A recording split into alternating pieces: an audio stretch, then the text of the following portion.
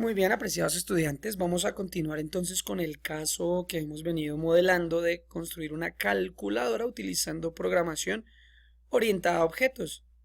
En los videos anteriores pues vimos cómo modelábamos los atributos, cómo modelábamos los métodos y hasta inclusive le dábamos algunos valores para verificar que funcionaba. Ahora vamos a hacerle algunos cambios al programa para que se parezca más a esta metodología de programación orientada a objetos.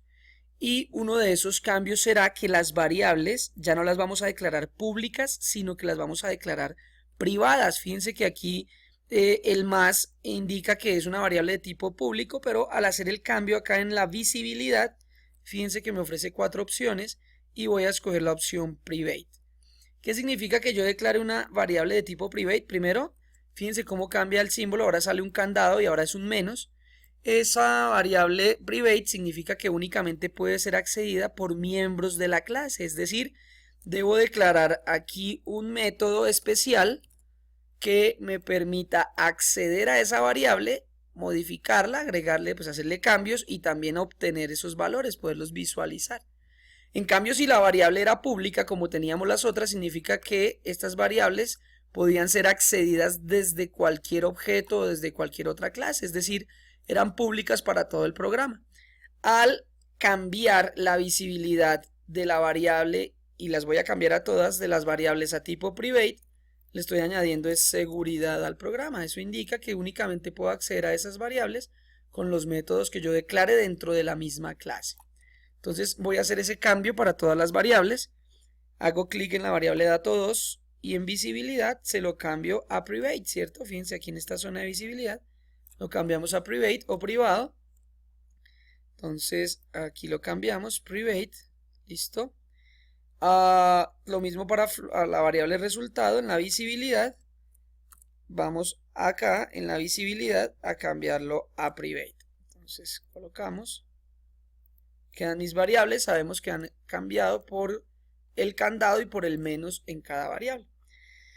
El siguiente cambio en nuestro programa pues es consecuencia de este primero y es que ahora debo definir unos métodos especiales para poder acceder a esas variables. Esos métodos son los famosos métodos get u obtener y los métodos set o establecer. Es decir, debo construir unos métodos que me permitan acceder a esas variables y modificarlas o visualizarlas. Vamos a utilizar los nombres de los métodos en español. Entonces, por ejemplo, para el método set, que es establecer, entonces voy a colocar establecer y el nombre de la variable, establecer dato1. Cuando yo hago esto, puedo construir dentro de ese método toda la estructura para cambiar el valor de la variable.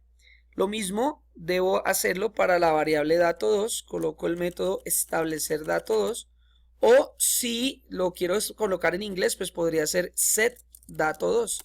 Es decir, yo le doy el nombre a los métodos, pero pues voy a utilizar el español y entonces este será mi método establecer dato2 y adentro pues yo defino todas las estructuras necesarias para establecer el dato. En este caso pues esos métodos los voy a dejar de tipo void, es decir, los métodos tipo void no retornan datos y dentro de este método yo voy a colocar toda la estructura para capturar los datos, ¿sí? Y asignarlos a la variable adecuada. Fíjense que eso fue lo que no hicimos en los videos anteriores y era que no establecimos una estructura para capturar datos y almacenarlos. Luego vienen mis métodos obtener o get, ¿cierto?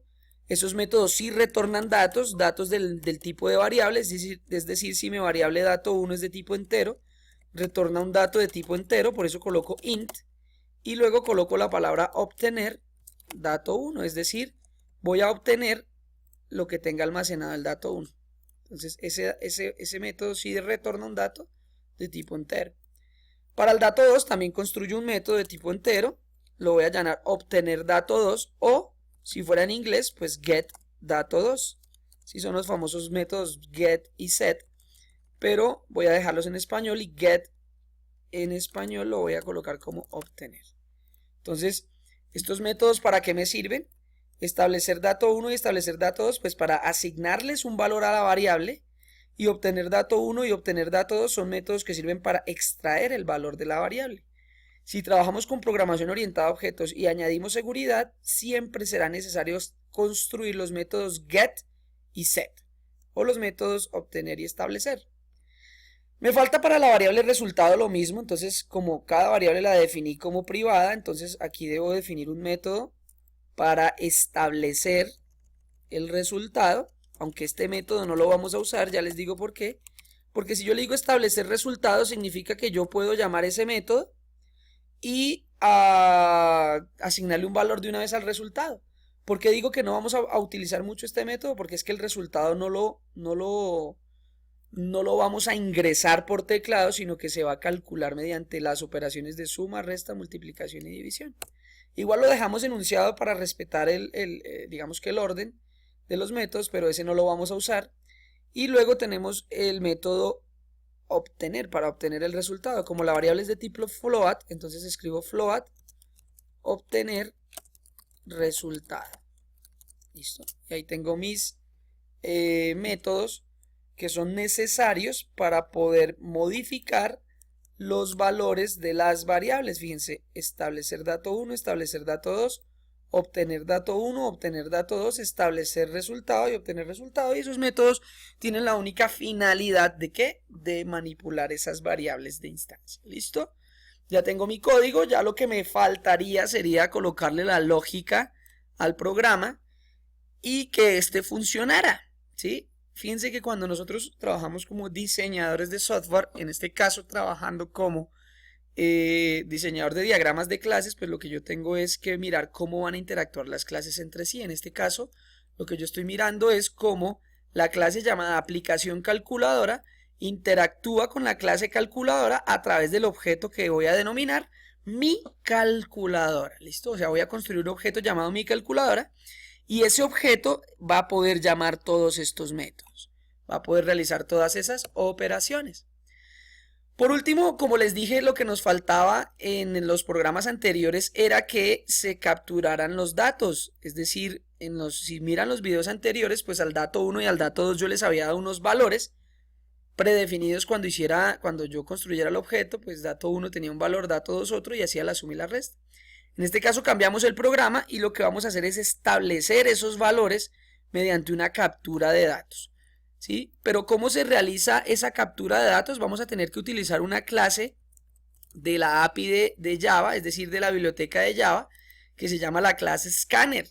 Esa clase me permite entonces construir un objeto para capturar datos y asignarlos a las variables. Allá en su módulo pues, se encuentra cómo utilizar esa clase. Yo la voy a graficar acá, tengo que pues mostrar que voy a utilizar la clase Scanner, ¿cierto? Y voy a utilizar de la clase Scanner un método de tipo entero que retorna datos de tipo entero llamado nextInt, ¿sí? Entonces aquí yo tendría la interacción que va a tener la calculadora con Scanner, voy a decir que es una relación de uso, arrastro la relación. Esa relación de uso va a construir un objeto llamado captura datos, es decir, voy a construir un objeto de la clase Scanner llamado captura datos para capturar los datos. La fuente es de la calculadora, el target es la clase Scanner, es decir, la relación va de calculadora a Scanner. Y es una relación de uno a muchos, en la fuente es una relación de uno a uno y en el target o en el objetivo la relación es de uno a muchos, de manera que me queda algo así, fíjense. Entonces, ¿qué me está diciendo este diagrama? Me está diciendo que la clase llamada calculadora va a utilizar la clase Scanner, que es la clase que sirve para capturar datos, y lo va a usar a través de un objeto que voy a denominar capturar datos. La cardinalidad sencillamente me está diciendo que calculadora puede construir mínimo uno y máximo muchos objetos de la clase Scanner, mientras que si analizamos la cardinalidad vista desde Scanner hacia la calculadora, significa que mínimo puede interactuar con un objeto de la clase calculadora y máximo con uno, es decir, una relación de uno a muchos. Calculadora puede construir muchos objetos Scanner, pero esos objetos Scanner solo pueden pertenecer a la clase calculadora. Esa es la cardinalidad de las relaciones y ahí quedaría nuestro programa, es decir, un arquitecto de software, una persona que está diseñando software debe comprender a la totalidad los diagramas de clase para poder ilustrar cómo interactúan las clases entre sí. Entonces, en este caso, yo digo que mi clase aplicación calculadora, que es la que posee el método main, va a construir un objeto de la clase calculadora llamado MiCalculadora para poder sumar, restar, multiplicar y dividir unos datos. Y a su vez, esta clase llamada calculadora va a interactuar con la clase Scanner a través del objeto captura datos para capturar los datos que se van a operar. Eso es lo que debe interpretar un diseñador de software y este plano luego se le pasa al desarrollador para que le agregue el código. Hay un cambio que tienen que hacer, fíjense que lo hace automáticamente NetBeans, a veces es un error y fíjense que me cambió el tipo de retorno del método main. Si usted recuerda, el método es public static void main y aquí me cambió la palabra void por string. Entonces hay que cambiar esto, él lo hace automáticamente cuando usted agrega más clases. Hay que estar muy pendiente de eso. Miren, me cambió el return type, el tipo de retorno, y me lo cambió string.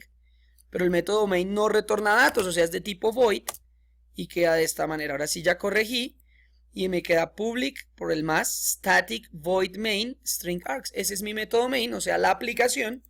Y esa aplicación entonces va a llamar un objeto de la clase calculadora llamado MiCalculadora y a su vez la calculadora va a construir un objeto llamado captura datos para capturar los datos y asignarlo allá a las variables.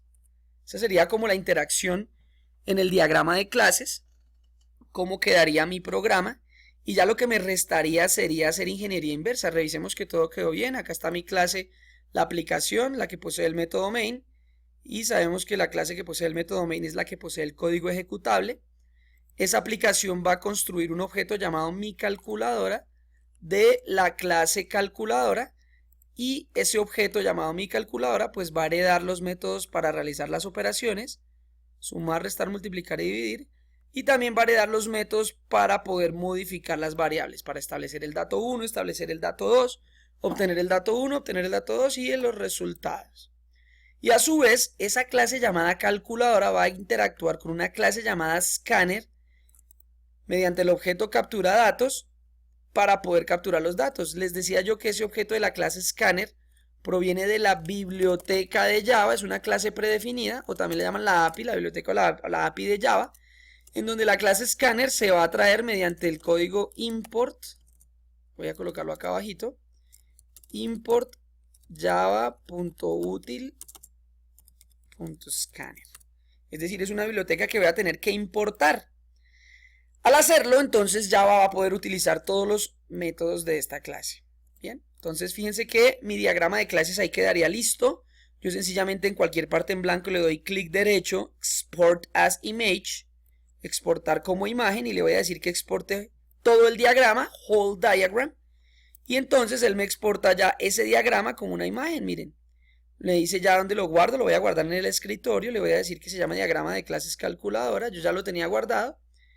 Y fíjense que aquí me aparece, está mi diagrama de clases, que es el que voy a presentar si esto fuera una tarea a mi profesor. El diagrama de clases de las aplicaciones, de las clases que van a estar interactuando en la aplicación. Y cada una de esas clases pues tiene sus propios métodos y sus propios atributos. Y esto sería todo. Digamos que a usted le entraría la pregunta de por qué en la clase Scanner no agregué variables, porque usted ahí no usa ninguna variable. Usted lo único que necesita es el método nextInt para capturar datos de tipo entero. Si ha leído su módulo, pues sabrá que también está el método nextFloat para capturar datos de tipo float o nextLine para capturar datos de tipo alfabético.